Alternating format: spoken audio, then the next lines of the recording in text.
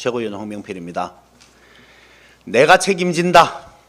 심우정 검찰총장이 이렇게 말하며 윤석열의 석방을 지시했다고 합니다. 참 멋있는 말입니다. 자신이 정말 정의를 위해 스스로의 불이익을 각오하고 하는 것이라면.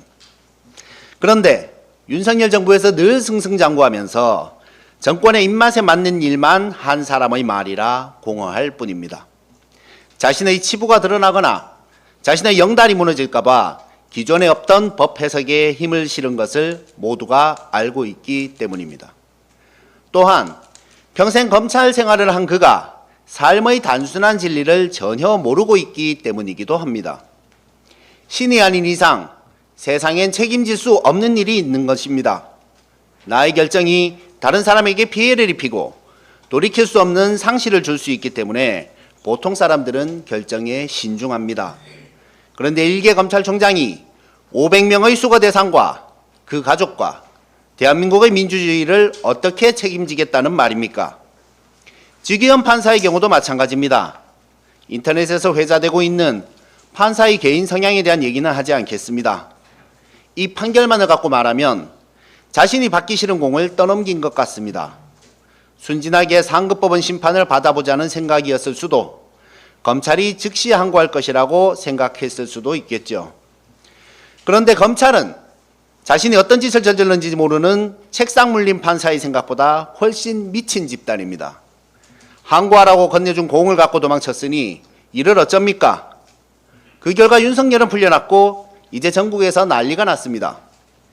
명태균이 자신도 풀어달라며 서류를 준비하고 있고, 가족이 감옥에 있는 사람들의 동호회에서는 정보공개 신청을 해서 체포 날짜와 시간을 잘 알아보고 구속영장 발부 시간을 체크해서 소를 제기하자는 글이 올라오고 있습니다. 물론 윤석열에게만 특별하게 적용한 것이라서 받아들이지 않을 것이라고 생각합니다만, 가중될 일선의 업무 부하와 궁색한 변명, 법 앞에 모두가 평등하다는 헌법 조항은 어떻게 할 것입니까? 오랜 세월 대한민국은 검사, 재벌 등 기득권의 카르텔이 지배해왔습니다. 군부가 이들을 통제한 시절도 있었죠. 양심을 지켜온 존경받는 판사들이 일부 계시지만 대부분 강자 앞에 약하고 약자 앞에 강한 이들이 조폭의 어리로 뭉쳐져 있었습니다. 검찰 동호회에서 보낸 문자가 그것을 극명하게 입증하지 않습니까? 동호회 회원님들의 도움과 협조로 윤석열 대통령님께서 석방되셨습니다. 계엄을 하고 사람을 때려 죽일 모의를 해도 우리 편이면 돕는 조폭의 어리. 검찰 출신들의 이런 작태를 보기에 저는 수사팀이 크게 반발했다는 말을 믿지 않습니다. 특수활동비가 깎였을 때는 실질적인 감봉이라며 집단 반발하던 일선검사들, 항의의 표시로 사표까지 내던 부장검사, 돈에는 그렇게 민감하더니 이 중대한 일에 있어서 검찰의 게시판은 조용하기만 한데 어떻게 반발했다는 말을 믿습니까?